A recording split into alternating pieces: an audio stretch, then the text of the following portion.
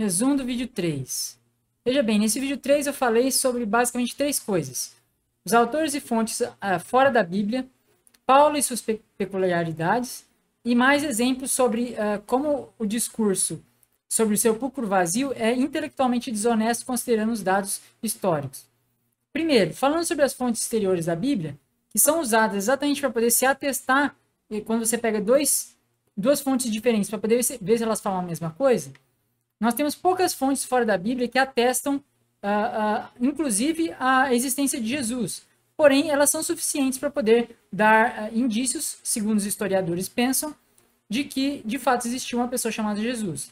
Porém, esses fatos, como, por exemplo, Flávio Joséfo ou Tácitos, eles não atestam sobre a ressurreição de Jesus. Inclusive, um trecho de Flávio Joséfo, chamado de Flavianium Testimonium, ele é considerado por basicamente todos os historiadores sérios, né, e pelo consenso histórico, como sendo uma interpolação cristã realizada no meio do texto de Flávio Joséfo, que na realidade atesta o contrário. Ajuda-nos entender como a religiosidade levou pessoas a colocarem no texto algo que é contra a sua própria ideia de dizer a verdade, ou seja, colocaram na boca de outra pessoa que não falou aquilo, palavras que não eram de Flávio Joséfo. Você pode ver mais dos detalhes dessa análise no vídeo original. O que mais? E o que nós vamos ter nos outros textos de Tácitos e de outros governantes que fazem correspondência entre uns e os outros são apenas referências sobre os cristãos, como os cristãos são, o que eles fazem, né? Qual o perigo deles de estarem no Império Romano. Ou seja, as únicas coisas que os historiadores conseguem ter consenso sobre Jesus é que ele nasceu e cresceu possivelmente na região da Galileia, entre os anos entre 0 e 4 depois de Cristo, ou da Era Comum. 2, que ele era um judeu praticante, que se tornou um rabi famoso, um mestre famoso, que pregava a vinda do reino de Deus, semelhante aos escritores ou profetas apocalípticos como Daniel. 3, que em certo ponto a sua presença gerou conflitos entre os religiosos da época, que levou à sua execução pelos romanos por disseminar algo que eles consideravam perigoso, e que alguns dizem ser por Pôncio Pilatos, né? Temos poucas evidências disso, mas temos. Ou seja, historicamente não temos nada que confirme o sepulcro vazio dos evangelhos, exceto a fonte tendenciosa dos evangelhos, que é daqueles que já creem.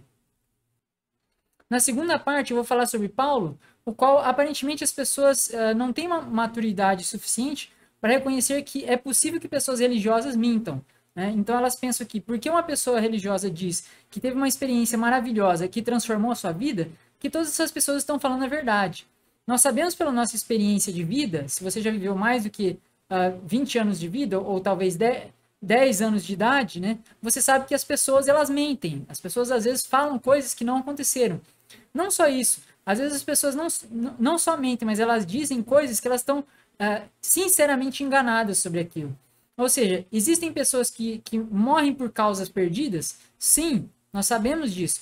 Porque sabemos que existem várias religiões diferentes e todas elas têm mártires. E são religiões que são incompatíveis entre si, que declaram que eles têm a verdade absoluta e das quais elas não são compatíveis umas com as outras. Ou seja, uma dessas pessoas está errada ou todas elas estão erradas.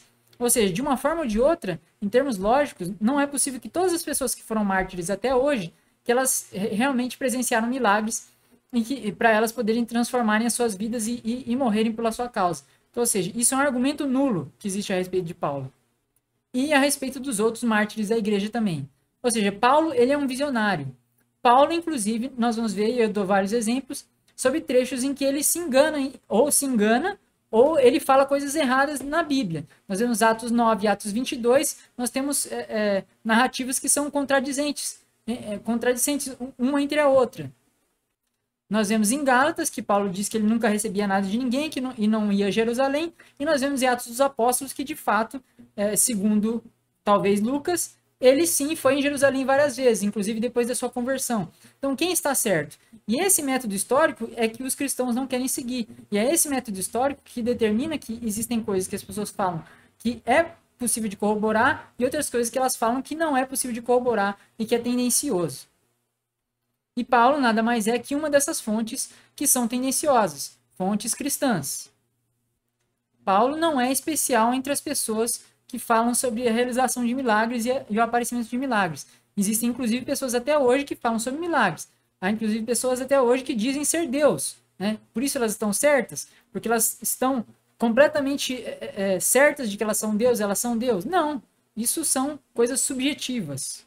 E por último, eu falo sobre o debate que você pode ver no link que eu deixei na descrição, entre Bart Ehrman e Peter J. Williams, no qual eles discutem sobre a historicidade dos evangelhos, e você vê uma posição que, de um lado, de alguém que aceita os textos antigos pelo que eles falam, mesmo quando existem evidências totalmente contrárias ao que é dito, que é o caso do Peter J. Williams, em que ele, inclusive, no começo da conversa, fala sobre uma situação em que Paulo José, sobre locais em que as pessoas viviam, e que ele diz que existiam 15 mil pessoas, 20 mil pessoas que existiam naquele lugar, e o Bart Ehrman simplesmente vai chegar para ele e perguntar, mas então, como é que a arqueologia, ela evidencia, ela corrobora esses dados?